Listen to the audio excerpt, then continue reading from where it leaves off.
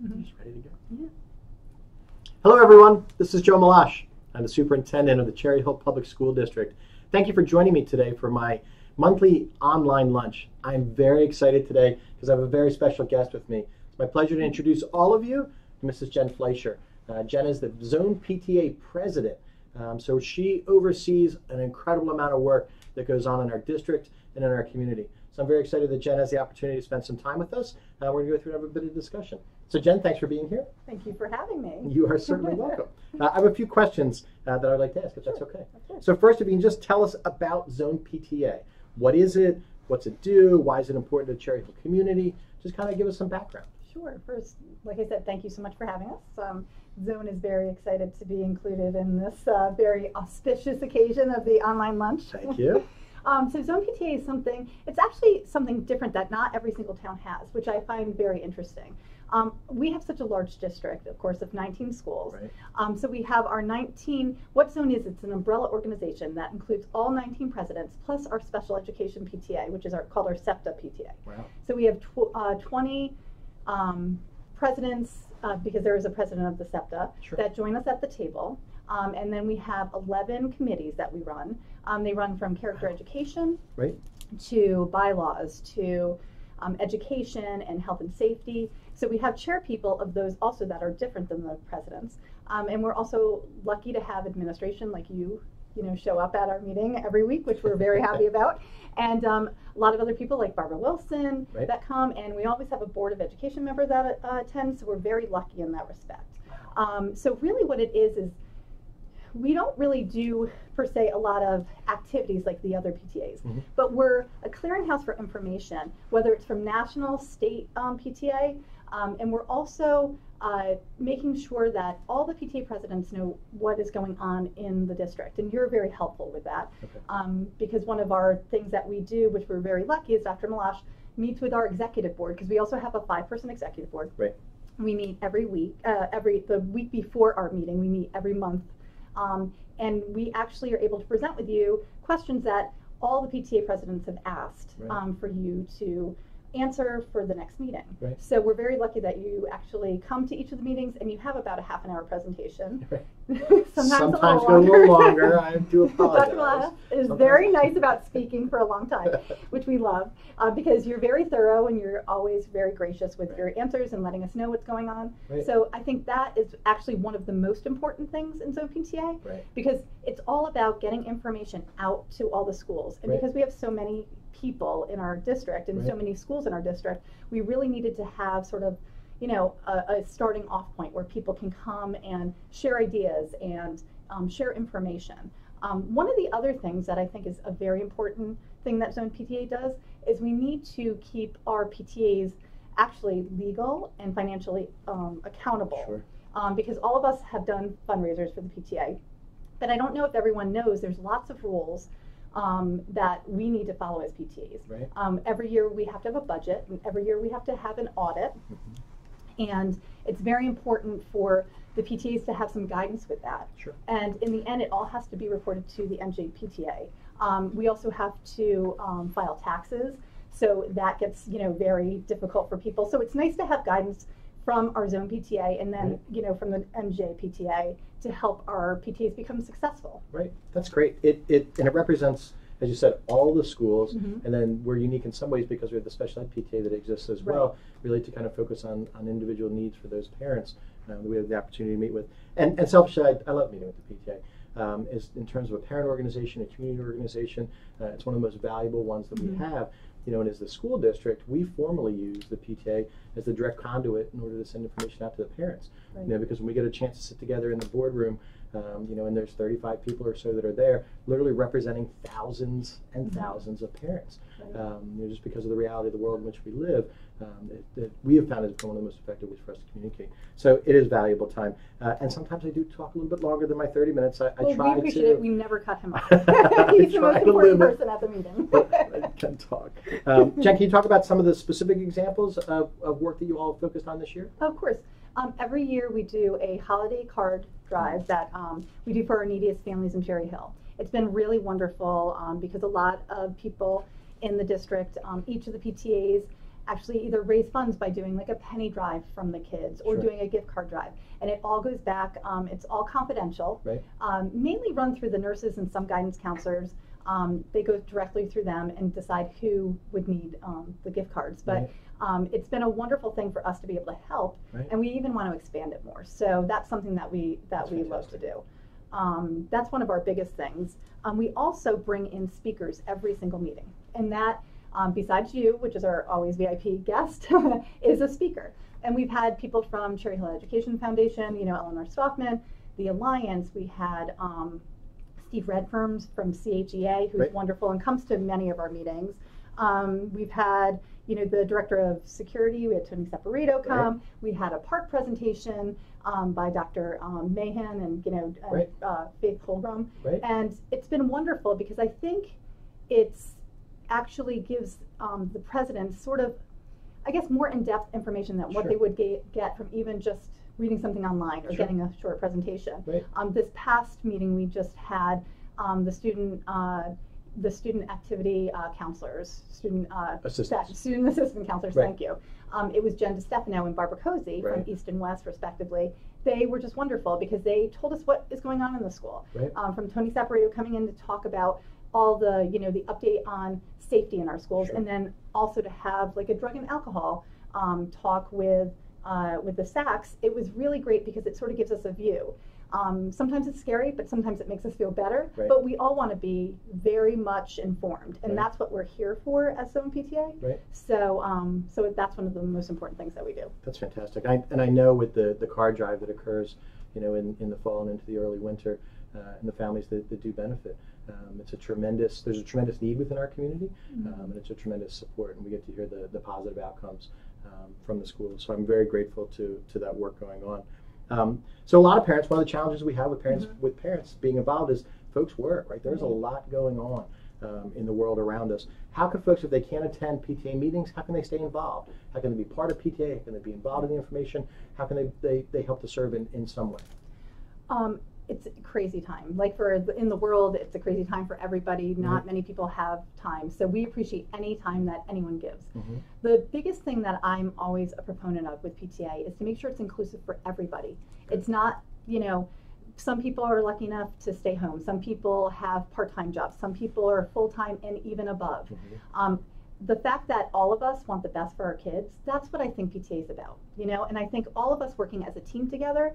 I don't think, you see all the movies about PTAs being, these divisive organizations, and I always work to, to sort of beat down that bias of people, because I want it to be inclusive for everybody. So if you have like a minute, if you have, one thing you can do a year, it doesn't matter if you're coming to the meetings as much as it is to get involved and see your kids getting involved in the school. If you can volunteer for one thing that the PTA is doing, or like I know some of the schools have Science Day, so it gives the opportunity of parents that actually have some great talent in that area to come in and actually teach the kids, and it's such a wonderful day, and it's so fun for the kids, so fun for the parents.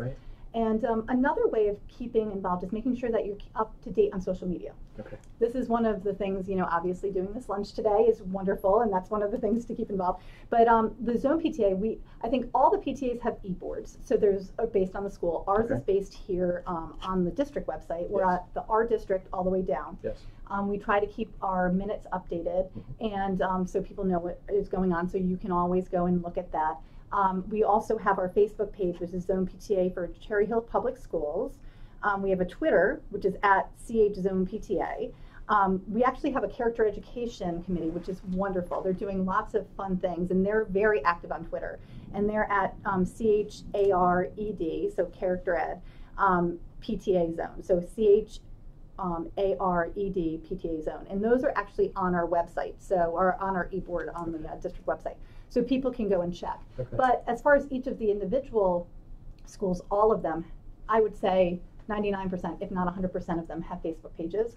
They keep that updated and will tell you what's going on in the school, as well as Instagram and Twitter and that type of thing. And I think that actually has been a wonderful thing over the last few years that all the PTAs have sort of bought into, because it keeps people in the moment of what's going on and lets people know the importance of things at school.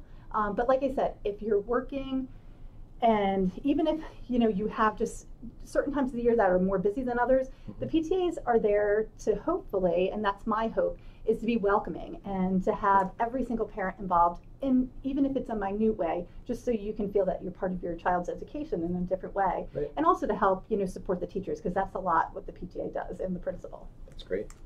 So lots of opportunities. Yeah. The electronic presence is definitely there, and I've heard something about this Facebook. Yeah. Folks talk about, but it's out there. So that's awesome. How about what projects and advocacy work are in the future? What are you looking forward to as a zone and with the PTAs in the district? Well, we're very excited because there's a referendum coming up. I didn't know. Did you know about that? There is a referendum. Thank you for mentioning it, Jen. I'm going to talk about it a little bit, That's too. Good. Do you know when the referendum is? October 2nd. October 2nd. I know. I've put that into, I remember It's the committed. date. It is committed to memory. So anyways, I'm sure a lot of people know, we've been trying to push it out through the PTAs that our funding for Cherry Hill for a long time has been very poor. Yes. We are in need of a lot of things in Cherry Hill to keep up our buildings and our grounds, as well as trying to become or stay on top of any innovative programs that we have. Especially technology, everything costs money. Yes. And unfortunately for the state, we haven't been getting what we need. Correct. So we're in support of this referendum that's coming through. Excellent. And we really want to get out the information that that you're coming up with, the Board of Education is, Yes. to make sure that we're supportive of it.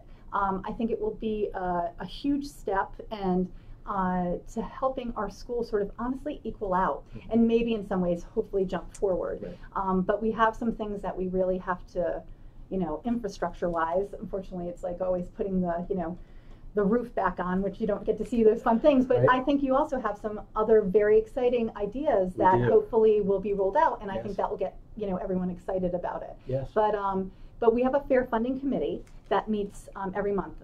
Missy Lang and Chris Benedetto are our chairs, and they actually meet every fourth Thursday of the month at 6 p.m. And their meeting is actually tonight. So any of you watching, if you want to go to the Fair Funding Committee, you're more than welcome to come here to Malberg. Right. And they meet and talk about how can, they always are talking to the legislators and seeing, what they can do. And now with our new governor in, there may be some movement, which is wonderful. So it's a very important time. Plus, we're going to be actually doing more with the referendum as far as like a PR campaign to make sure people know what's going on, what it includes. Make sure they get out and vote, because that's what we need everyone to do on October 2nd. It's a special election, so it's not the normal election day. So as PTA members, we really want to make sure that people who want to support the school and want the referendum vote okayed, to make sure that they come out and vote that day. So that's our biggest project going forward. That's great, and I appreciate that, Jen, I really do. And we will, Jen and I have talked about, and I've spoken to the zone table, as we progress and the final projects are identified, we'll start to build displays and have information that we'll share directly through Zone PTA and then through the PTAs in each one of the schools. So the ideal piece is hopefully by middle of May and into June, all that information will be able to be rolled out. So that there'll be displays in the schools, and we can see what does it mean for Woodcrest and for Kilmer and for Beck and for High School East and for High School West. But it's very clear. And I think the communication is such a key piece. And honestly, as superintendent, it truly is the greatest value that Zone offers, right? I mean, everybody wants to see our kids be successful, and everybody wants to see our school district and our community be successful. And the Zone, taking on that responsibility and again representing so many thousands of parents is such a wonderful piece. Jen, is there anything else that you'd like to add, or anything else you'd like to say about Zone PTA? I just wanted to say, first of all, thank you so much for inviting us and always being so welcoming to our zone table and answering our questions, which the parents I know very much appreciate. And to also, again, put out an invitation like what Dr. Meloche said. We love for people to join the PTAs. Our membership drives go on all year round, not just at the beginning of the year.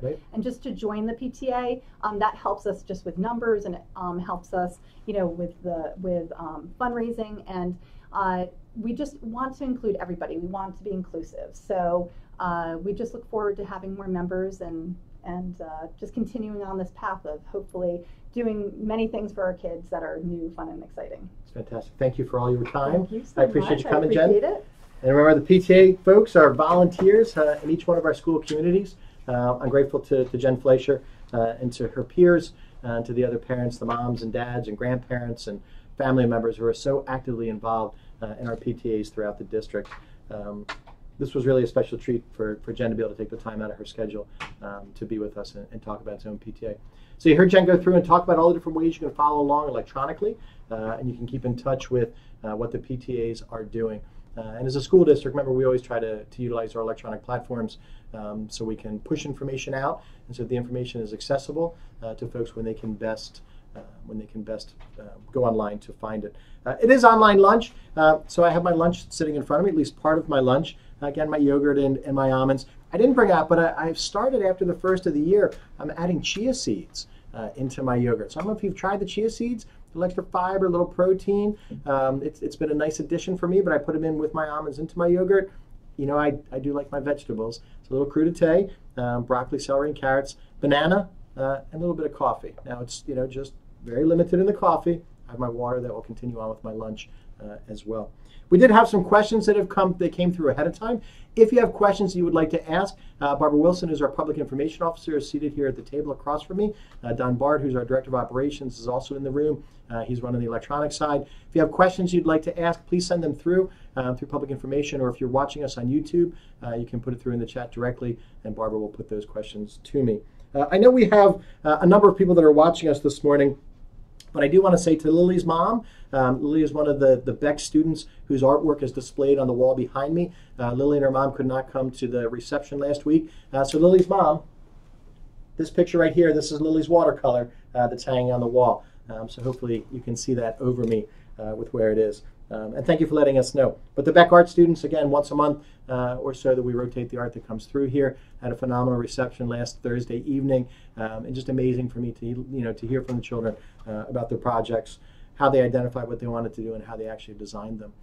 This is busy times as we hit the end of January. We are almost exactly halfway through the academic year. In fact, tomorrow, Friday, January the 26th, is the end of the second marking period at the high schools. That means for our high school students, half of the academic year is done. The second half of the year is going to continue to pick up speed. Throughout the district this week, we have children and students and parents and community members and our first responders and our elected officials who've all been participating in the Great Kindness Challenge. Being kind, sharing kind words, sharing kind thoughts, smiling at one another is something that we can all do. At the board meeting on Tuesday evening during my remarks, I challenged the adults who were there, the adults who were watching, to be kind and to share your kind words and your kind thoughts. What we model for our children, they take with them, and then they emulate, and then they parrot, and then they show. So please be kind, no matter what's going on. There's always room for kindness. Remember, nice matters. It definitely matters. So some of the questions that came through ahead of time. The first one is about kindergarten registration. When does kindergarten registration start, and where can I find information about the registration process? Well, there's a couple of places. First, online. If you look on our website, there's information about kindergarten registration. I also have here a little poster that we are displaying in our buildings. Online kindergarten registration will begin on February the 1st, and you can find that information directly on our website.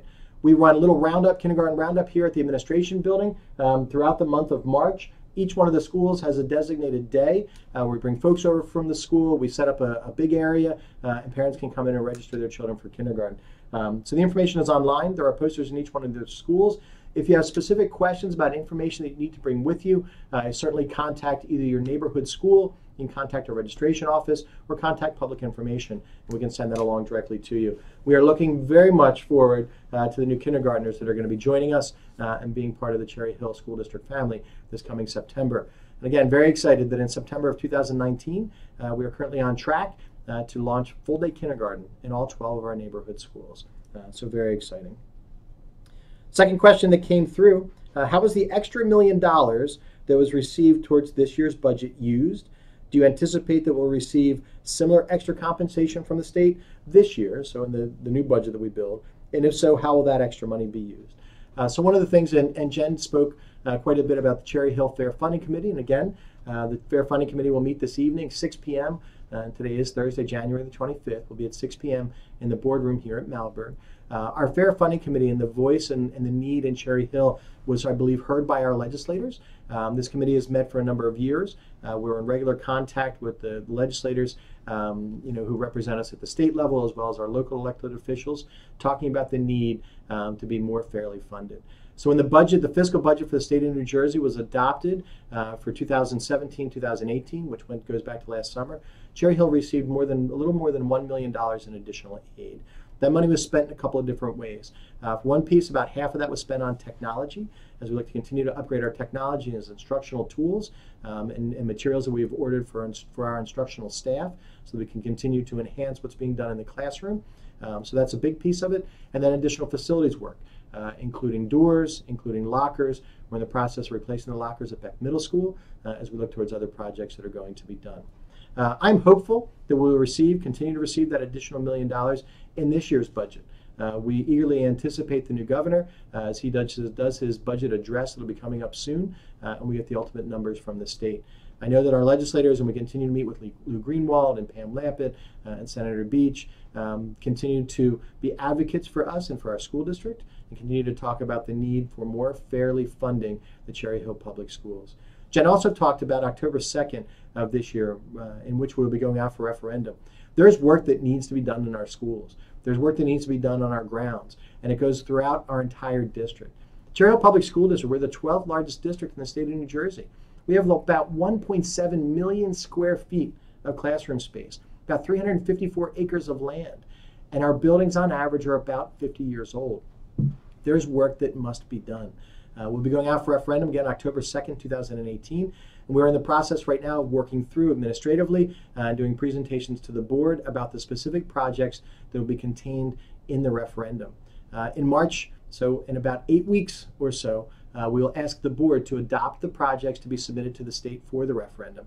We will have meetings that will be discussing these. In fact, on February 6th, at our next strategic planning committee meeting of the board, we'll be having additional discussions about projects, and then those discussions will continue at the work session on February 13th, as well as the March strategic planning meeting and into the March board meetings. So a lot of ongoing discussion, a lot of information that continues to be shared. If you have questions about the process and where we've been and what we've been talking about, again, on our district website, if you click, there's a button on the middle of the page that says Cherry Hill 2020. If you click that button, it'll take you to open up another page, and all the information that we have shared can be found on there. Another question has come through. When are you going to tell us about the projects to be included in the bond referendum? That's kind of what I just went through. We continue to have discussions at our committee meetings, at the Board of Education meetings, and as we present information to the board, we then update our website with that specific information. We also have scheduled 26 additional community meetings during the course of this year. We're about halfway through those meetings. I have Saturday meetings that are scheduled in our elementary schools. I have Sunday afternoon meetings that are scheduled at our middle schools, and I have weekday afternoon and evening meetings that are scheduled here at the administration building and at our high schools. The dates for those meetings can also be found on our website. I always look forward to having the public come out and get to hear and talk about what it is that we're doing. And if you attended one of those meetings back in the fall, certainly plan to attend another one in the spring. The information continues to develop, continues to change in terms of what we present. And remember, they're scheduled by individual schools. You do not need to be a parent or a community member of that specific school or that neighborhood. Everybody is welcome to come to all of the different meetings. The next one is this Sunday, as a matter of fact, at Carusi Middle School, and we'll be together at 2 p.m. So this Sunday, which is the 29th of January, we'll be together. I'm sorry, the 28th of January, we'll be together at Carusi Middle School at 2 p.m. So join me. Some other information that I would like to share. We talked about the Great Kindness Challenge. There are some exciting events that are coming up in the next couple of weeks. The first one I'd like to talk about will take place on February the 3rd, on the afternoon of February the 3rd, between 2 and 6 p.m. at High School West. This is a yearly and annual presentation that is done. This is being done in conjunction with the High School East and High School West African American Culture Clubs and the Cherry Hill African American Civic Association. And it's a very special program this year that's entitled Still Climbing, a celebration of Black History Month. There'll be a combination of stage performances, and we have children from a number of the schools in our district that will be performing on stage. There'll be vendors, there'll be community conversation that will take place. So I encourage you to come out in the afternoon of February 3rd to Cherry Hill High School West in the auditorium. The morning of February 3rd, I also want to tell you about a special event that's taking place at our library. As you all know, that being on the library board is one of my favorite community activities in which I'm involved. There's a very special activity that will take place the morning of February 3rd from 11 a.m. to 1 p.m. and it's called Know Your Muslim Neighbor. As our community continues to become more diverse and it continues to become better with families and different perspectives and different backgrounds, people have questions. This is a wonderful program. Know Your Muslim Neighbor. I will be there. I encourage you to come out, register online. You can go to the library website. In fact, there are all kinds of activities that are scheduled at the Cherry Hill Library. If you haven't been to the library, get out to the library. There are events that are scheduled in the daytime and in the evening and on the weekends. In fact, there's a new genealogy section where you can go online and trace your family's genealogy. It was a donation that was made on behalf of the Friends of the Cherry Hill Library in honor of the ladies that used to run the shop that was in the library. So if you haven't been to Cherry Hill Library, get out and see what's going on. And I don't believe we have any other online questions coming through, which is exciting. I would like to tell you about my current reading list. I like to talk about my books. So I have some books that I would like to share that I'm currently reading parts of. The first one is Go Tell It on the Mountain, James Baldwin. I don't know if you've read James Baldwin or if you've read James Baldwin recently. I encourage you to pick up one of his works. Go Tell It on the Mountain is an incredible piece. You're going to want to take some time. You're going to want a quiet space because it's going to require reflection. And it's going to force you to think about how is it that we as people interact. How is it that we as people interact with one another and with people of different backgrounds and of different cultures? Go Tell It on the Mountain, James Baldwin. Another one, and I pulled this back out after having a discussion with one of my daughters who's studying education in college, is Savage Inequalities by Jonathan Kozol. This truly is a seminal work about children's experience in school. In fact, Cherry Hill is featured in this book in a comparison between Cherry Hill and Camden and the disparities that existed when this book was written and that still exist today between our school district and the experience that our children, many of them have, and the experience that children in the school district of Camden have. Savage Inequalities, Jonathan Kozol. I encourage you to pick it up. A great piece to take a look at. The Glass Castle by Jeanette Walls. This is one that I've just started. This is one that came to me from Violetta Katsikas, who's our language arts supervisor. And it's a book that I know that many folks in the community have read, but it's one that we were taking a look at to add to our high school as an option for reading. So The Glass Castle. This is one that I just recently finished, The Black Rose by Kevin Callahan.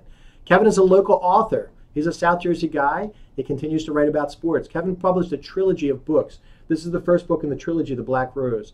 You want to read about people and basketball and life experience? I encourage you to pick up The Black Rose by Kevin Callahan. And this is another book. So you've seen me in the past. I talked about two books that we shared administratively. What do you do with an idea and what do you do with a problem? Were by the author Kobe Yamada. This is another book of Kobe Yamada's, and it's called Because I Had a Teacher. A small book, a quick read, but incredibly enlightening, a phenomenal message. Again, as parents and as teachers and as educators, I encourage everyone to take a look at this book and see what it means. I am sure, because in my mind, as I first read the book, there are a number of teachers that I had as a student, there are a number of teachers that my children have had, and there are even more teachers that I've had the opportunity to see and be in their classrooms that I would like to share this book with, because I had a teacher.